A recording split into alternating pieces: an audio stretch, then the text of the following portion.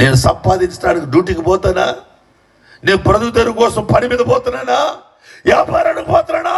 వాక్యమే నా ఆదాయానికి ఆధారం అవ్వాలి. వాక్యానికి విరుద్ధమైన ఆదాయం నాటికి రాకూడదు. ఎంతమందికి అర్థమవుతుంది? వాక్యానికి విరుద్ధమైన ఆదాయం నాకు వద్దు. దేవునికి విరుద్ధమైన సంపాదన నాకు వద్దు. నా ఇంటి మీద దేవుని వాక్య సంబంధమైన ఆ నీడ ఛాయ్ నా జీవితంలో పని చేయాలి. అందుకనే కీర్తనకారుడైన మోజెస్ గారు ఒక కీర్తన రాస్తూ 91 అంటాడు, మహోన్నతుని చాటున ఎవడు నివసిస్తాడు? వాడే సర్వశక్తిని నీడను. ఏ నీడకు వచ్చావు నీవు? సర్వశక్తిని నీడను. ఏ విధంగా వచ్చావు? మహోన్నతుడైన యేసుక్రీస్తు నామం ద్వారా, యేసుక్రీస్తు రక్తం ద్వారా, యేసుక్రీస్తు గాయం ద్వారా, యేసుక్రీస్తు మాట ద్వారా, యేసుక్రీస్తు సన్నిధి ద్వారా నువ్వు ఎప్పుడైతే ఆయన సన్నిధికి వచ్చావో సర్వ సృష్టికర్త నీటిలో ఉంటాడు.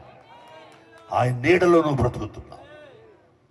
అక్కడ అంటాడు 2వ వచనంలో, ఆయన ఏడకు వచ్చేవాడు గుండె లక్షణం ఎలా ఉంటుందో 2వ వచనంలో అంటాడు. 2వ వచనంలో ఆయనే నాకు ఆశ్రయము, నా కోట, నన్ను నేను నమ్ముకున్న దేవుడని చెప్పటమే మహోన్నతుని చాటుకు రావటం. ఎవడు అడిగినా ఏమడిగినా చెప్పాలా? ఆయన నా ఆశ్రయం. ఎవరమ్మా నీ ఆశ్రయం? ఎవరయ్యా నీ ఆశ్రయం? వాక్యమే నా ఆశ్రయం, వాక్యమే నా కోట, ప్రభువే నా ధైర్యం.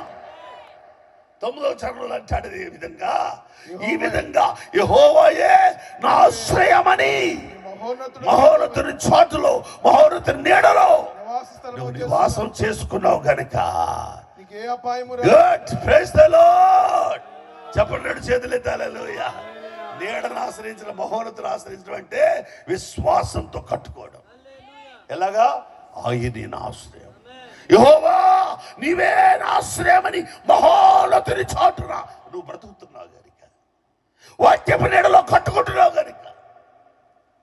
ఈరోజు ఎంతమంది మీ ఇళ్లలో, మీ కుటుంబాల్లో మీ పిల్లల్ని ఆ వాక్యపు నీడలో పెంచుతున్నారా?